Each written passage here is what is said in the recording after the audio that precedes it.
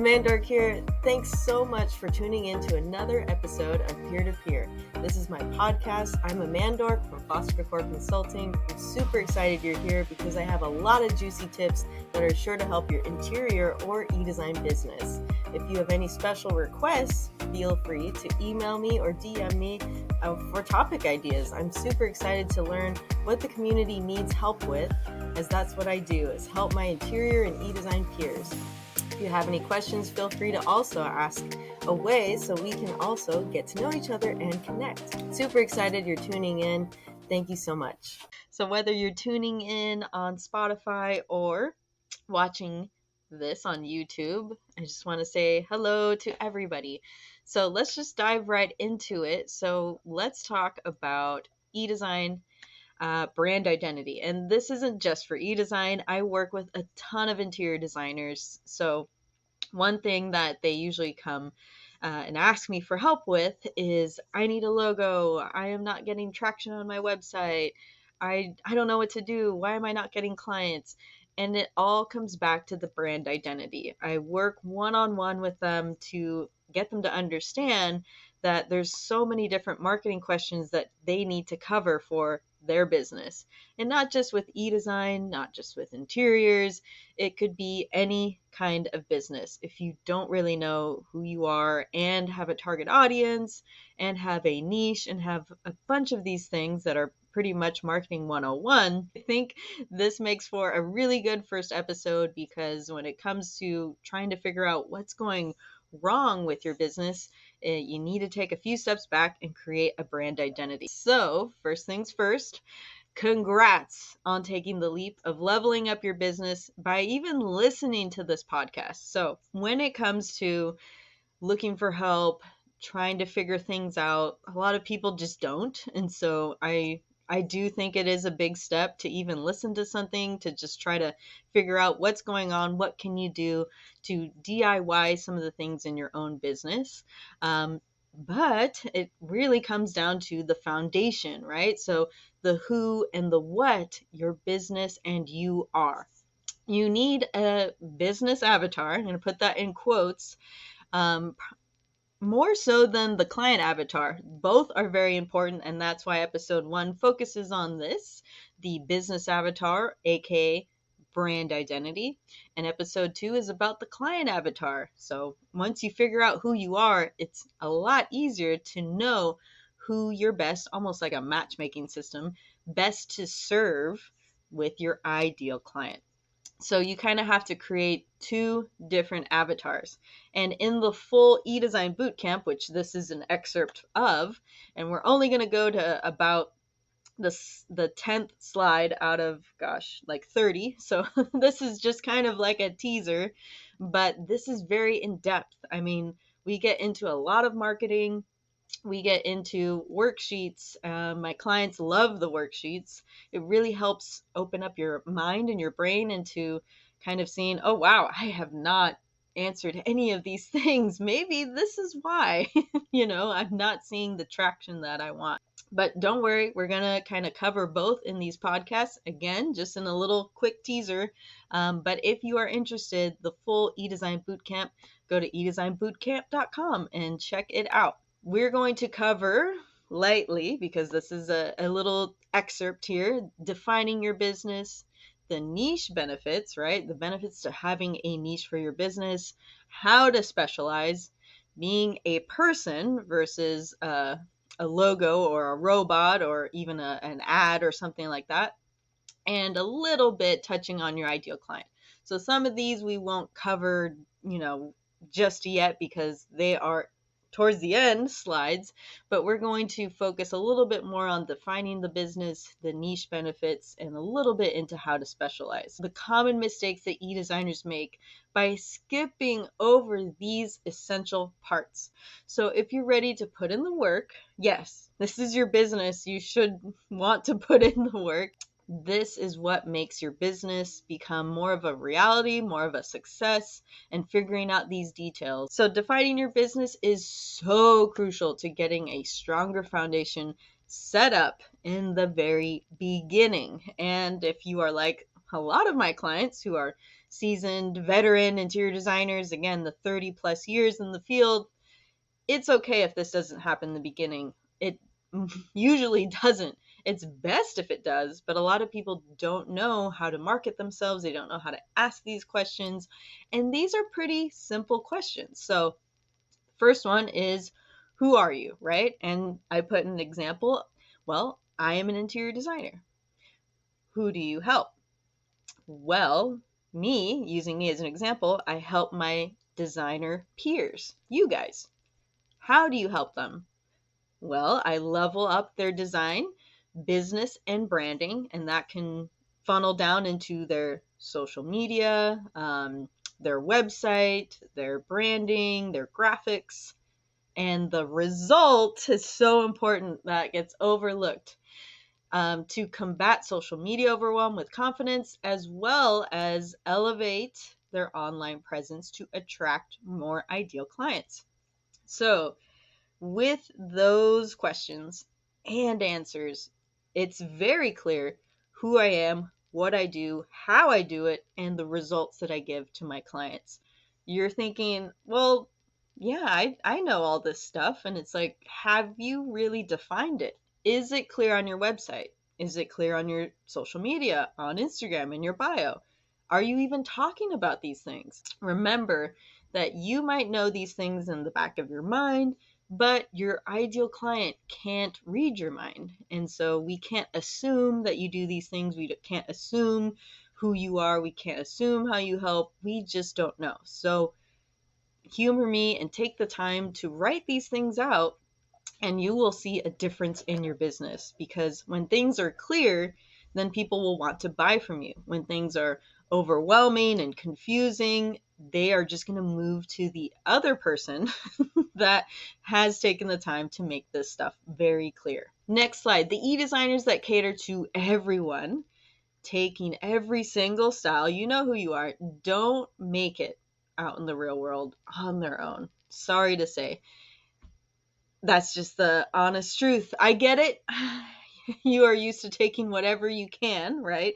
When working with those big e-design companies. I used to work for Havenly. I used to work for Decorist for 5 years, and 250 projects later, I totally understand that we have to be a chameleon when we are working with those companies. We kind of have to be farmhouse one day and then contemporary another day, and we're switching our hats and we're getting a lot of different clients.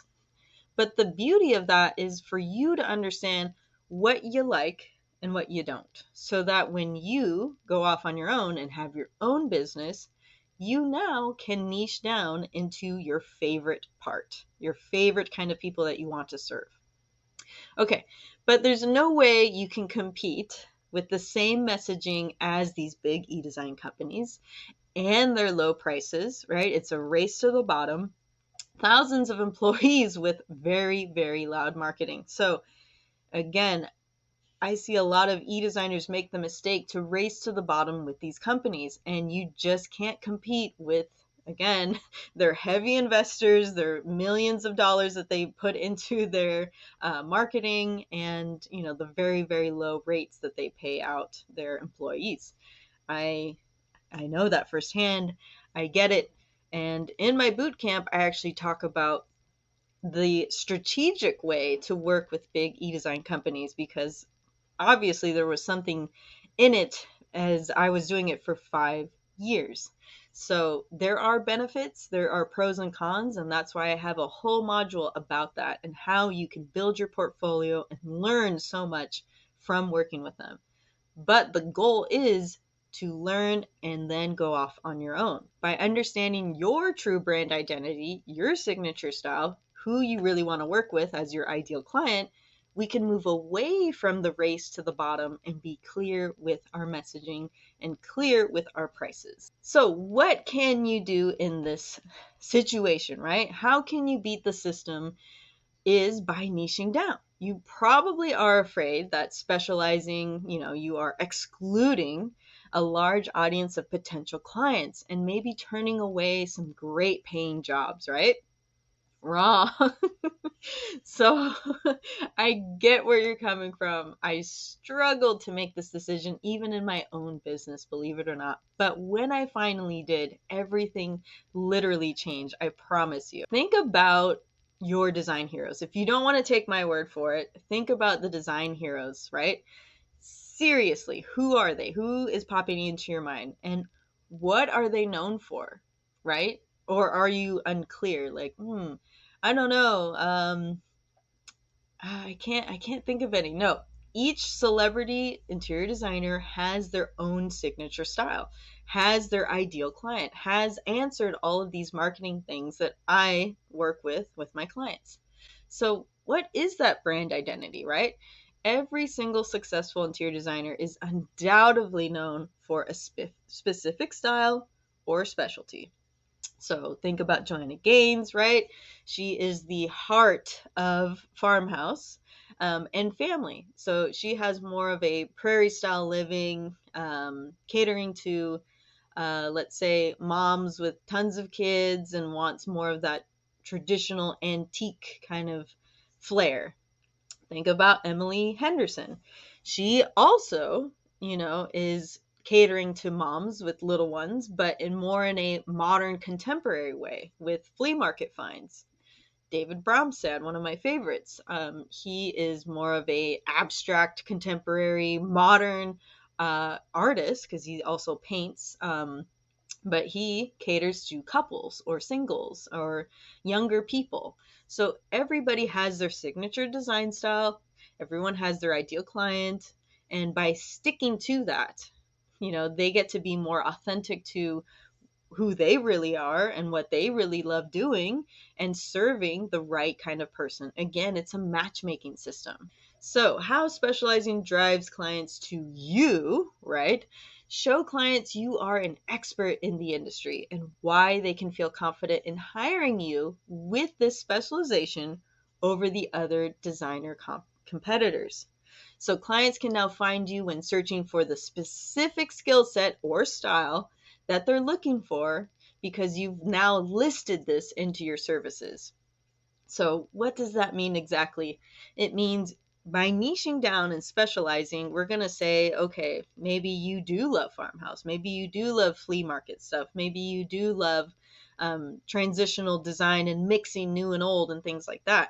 But you have not said that at all in your social media, in your website. And it's because you're afraid, well, I don't want to scare people away that are more contemporary or modern or what have you.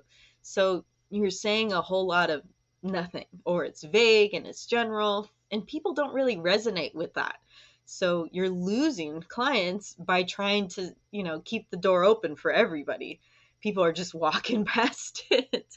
And remember that people are willing to pay more to get that expertise, whether it's higher quality, quantity, a unique service, or just getting that VIP treatment. Don't race to the bottom. I know when it comes to, well, I've only dealt with cheapskates. And it's like, well, that's the only way you've really advertised yourself and your services. So that's what you're getting. There is another way. Set yourself apart and niche down. And this, I promise you, will open more doors. Okay, so specializing will give your business the focus, the direction, and targeted customers it needs to succeed. And when you understand authentically who you are and the ideal clients you want to serve and the niche, signature style, all of those amazing marketing things, now it's so much easier, right? So all you need to do is decide what your specialty will be. This is the strong foundation to your business that you probably don't have. So by putting in the time in this course, if you decide to go through with it, and the worksheets, you'll be able to answer all of this stuff. The more you put into this, right? Even if it's just thinking about it, even if it's just kind of letting it all process, the more you will get out of this whole experience, of this whole podcast, even. So remember, you are your ROI when it comes to your business. Nobody else is. So when you speak to everyone, as we've heard many times from the famous Meredith Hill, you really speak to no one. So this is golden advice that a lot of people, like I said before, don't get.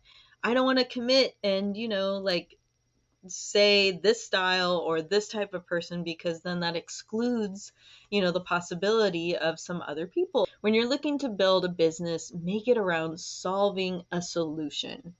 Don't make the mistake of trying to speak to, engage, or solve for and sell to the whole world. That takes an empire like Apple or even those big eDesign companies, Havenly and Decorist. So casting that wide net to reach the greatest number of people and solving all of their problems and turn them into followers and customers and hopefully returning clients, good luck. The only problem with that is it's a recipe for disaster. So identify that one dream client with the problem you know how to solve, right? The person is already desperately wanting your solution. They're looking for someone that not can give them this pretty mood board. I see so many people just sharing, here's my pretty mood board, like and comment. And it's like, how does this mood board actually help your client? So let's take a step back and figure out what the purpose of a mood board is. We don't want to just share it to share it, even though that's what most interior designers are doing. And that's why I help them with their social media to be more strategic, showcase their expertise, and have that signature design style. Because that dream client that is desperately looking for, someone to solve their problem can now see your social media post or your website or your blog, whatever it is, and you are speaking directly to them about their specific problem, their design dilemma. And yeah, that might seem like, well, that doesn't seem like it would be a lot of people. Well, trying to speak to a million people is really hard, but trying to speak to only just a couple hundred is a lot easier to do. And they will find you. You will see that hashtags and keywords and Google can be your friend, but you need to put that information out there, which is not on your social media, website, or blog. So, how many times in Facebook or Instagram have you seen an ad that was slightly of interest, but pretty vague, right? So you just kept scrolling. This is exactly what clients are doing with your business, with anything that you're probably hoping someone can just, interact with, and it's just not resonating at all. So if you aren't speaking directly to them, they're already out of there, right? You can try to speak to that thousands of people on Instagram with vague and general messaging and get that one lead if you're lucky, but I'm guessing it just hasn't happened for you. Here's an example of what I see is the most common mistake. So here's a bad example. I am an e-designer ready to give you a space that you love. I don't know how many like social media accounts or websites I have read this line verbatim, and maybe it'll say interior designer versus e-designer, but that is just not good enough. What's better is if you say, I'm Amanda, I'm an e-designer from California. We got a keyword there. We have our location. Ready to give you a contemporary. Okay, we got another keyword in there. All right, that's helpful. Google likes that. Contemporary style. Okay, but what is best? Welcome, friends, because I don't want to sound like a bot or an ad.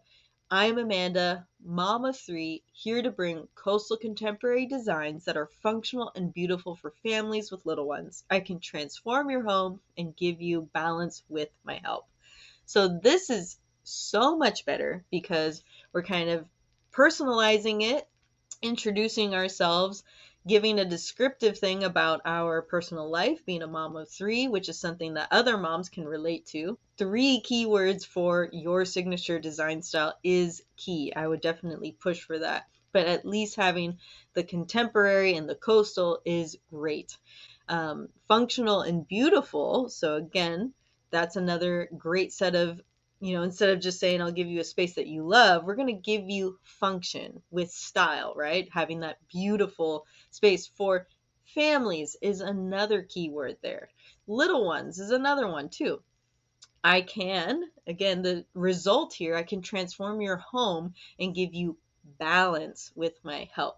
So maybe the balance could be something that is a holistic or feng shui or whatever it is, but this could still be refined. We still could add to it. We still could get more clarity on, look, here's more stuff that makes it very clear of who I am, how I help you, what style I do it in, and some other interesting keywords that can get Google to be like, oh, she does all of this. Well, people are searching for contemporary or coastal or functional, and you're giving it like at least 5 to 8 different keywords that Google can then, throw over your way when people are searching.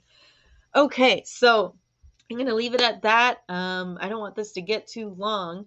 Thank you guys for listening for the first official podcast from Foster Decor Consulting.